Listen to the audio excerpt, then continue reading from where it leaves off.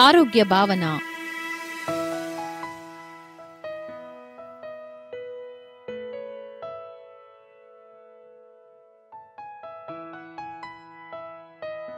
ఆరోగ్యమనగా కేవలం అనారోగ్యం లేకుండా ఉండటం కాదు.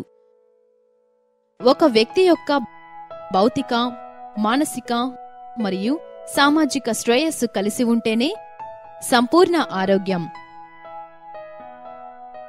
పౌష్టిక ఆహారము తినుట వలన మంచి ఆరోగ్యం పొందవచ్చును. ఇంకా మంచి పరిశుభ్రత కలిగి శారీరకంగా చురుకుదనము కలిగి ఉండుట వలన మంచి ఆరోగ్యం పొందవచ్చును. పౌష్టికాహారం తీసుకోకపోయినా, మంచి పరిశుభ్రత పాటించకపోయినా,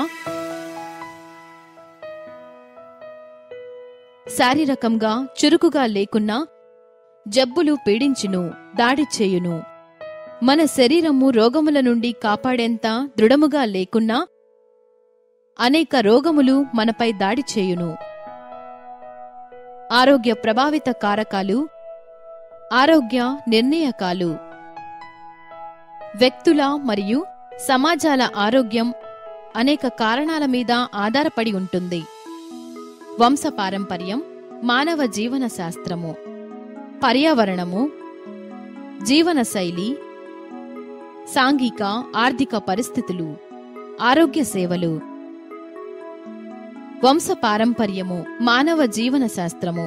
వ్యక్తి యొక్క ఆరోగ్య నిర్ధారణపై వంశపారంపర్యము ముఖ్యమైన పాత్ర వహిస్తుంది. కొన్ని రోగములు తల్లిదండ్రుల నుండి జన్యువుల ద్వారా పిల్లలకి సంక్రమించవచ్చును. నాసిరకం జన్యువు తల్లిదండ్రులలో ఏ ఒక్కరి నుండి సంక్రమించినా కొన్ని రకాల రోగములు వారసత్వముగా కలగవచ్చును. జన్మకాలపు లోపాలు జన్యువుల వల్ల కలుగును. ఉదాహరణకి డయాబెటిస్, మధుమేహం, బ్లడ్ ప్రెషర్, రక్తపోటు. పర్యావరణం. వ్యక్తి యొక్క ఆరోగ్యము పర్యావరణము సన్నిహిత సంబంధము కలిగి ఉంటుంది. పర్యావరణము బాహ్యము ఇంకా అంతరంగా ఉండవచ్చును. అంతర పర్యావరణము అంటే శరీరము యొక్క రోగనిరోధక శక్తి ఇంకా అనేక శరీర భాగాల స్వరూప స్వభావములు బాహ్య పర్యావరణము. ముఖ్యంగా వ్యక్తి పుట్టినప్పటి నుండి ప్రభావితం చేసే గాలి, నీరు ఇంకా కలుషితములు. జీవనశైలి. జీవనశైలి మనుష్యులు ఏ రకముగా జీవిస్తారో వ్యక్తపరుస్తుంది. పౌష్టికాహారం,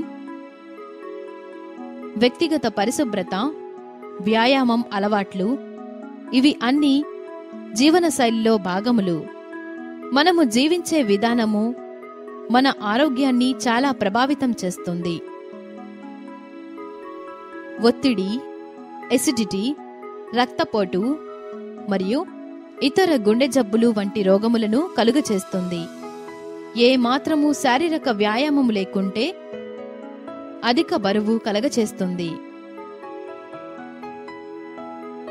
పరిశుభ్రత. రోజూ స్నానం చేయటము మరియు మరుగుదొడ్డికి వెళ్లిన తర్వాత చేతులు కడుక్కోవటం మరియు భోజనానికి ముందు చేతులు కడుక్కోవటం వంటి ఆరోగ్యకరమైన మంచి పరిశుభ్రత అలవాట్లు రోగాల నుండి కాపాడును. సామాజిక ఆర్థిక పరిస్థితులు. సామాజిక ఆర్థిక అభివృద్ధి, జీవన పరిస్థితులు, ఆదాయము వ్యక్తి ఆరోగ్యమును ప్రభావితం చేస్తాయి. అతి ప్రాముఖ్యత కలిగిన ముఖ్యమైన ఆర్థిక సామాజిక కారకాలు: ఆర్థిక స్థితి, జీవన పరిస్థితులు, విద్య, వృత్తి.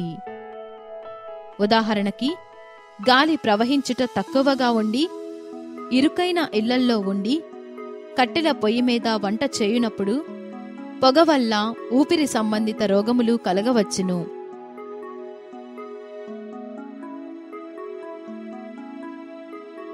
కొన్ని సంస్కృతులలో ఆహార సంబంధిత నిషిద్ధములు, నియంత్రణలు ఆరోగ్యము మీద ప్రభావం చూపించగలవు. ఆరోగ్య సేవలు అందుబాటులో ఉండటం వ్యక్తి ఆరోగ్యముగా ఉండటాన్ని నిర్ణయిస్తుంది. కొన్నిసార్లు సామాన్య వ్యక్తులకు ఆ ఆరోగ్య సేవలు అందుబాటులో ఉండవు. కనుక ఆరోగ్యము కలిగినప్పుడు ఆరోగ్య సేవలు అందుబాటులో లేకపోతే అతని లేదా ఆమె ఆరోగ్యానికి చికిత్స జరగదు. ఇతర కారణాలు: అలవాట్లు, మద్యపానము, పొగ తాగుట మరియు పొగాకు నములుట వంటి అలవాట్లు, వ్యసనాలు ఆరోగ్యాన్ని ప్రభావితం చేసి అనారోగ్యమును కలిగించును.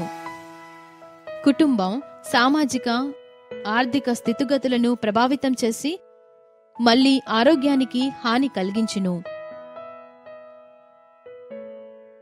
ఆరోగ్యమైన బాలలు, ఆరోగ్యకరమైన కుటుంబం గొప్ప దేశం. మీరు ఆరోగ్యముగా చురుకుగా ఉంటే మీరు చదువు మీద ఎక్కువ శ్రద్ధ చూపగలరు. బడిలో మీరు ఇంకా పురోగతి చూపగలరు. మీ భవిష్యత్తు చాలా బాగుంటుంది. బడిలో చురుకుగా ఉంటే మీరు వయోజనులు అయ్యాక కూడా మంచి జీవితము గడపగలరు. ఈనాటి బాలలే రేపటి పౌరులు. అంటే మీరు ఈరోజు మీ ఆరోగ్యాన్ని జాగ్రత్తగా పరిరక్షించుకుంటే రేపు దేశము కూడా ఆరోగ్యకరమైన దేశముగా అభివృద్ధి చెందుతుంది. ఆరోగ్యకరమైన దేశము ఇంకా మంచి ప్రగతిని సాధిస్తుంది. అందరికీ ఎక్కువ అవకాశాలు దొరుకుతాయి. అందుకని ఎల్లప్పుడూ గుర్తుంచుకోండి, ఆరోగ్యమే మహాభాగ్యం.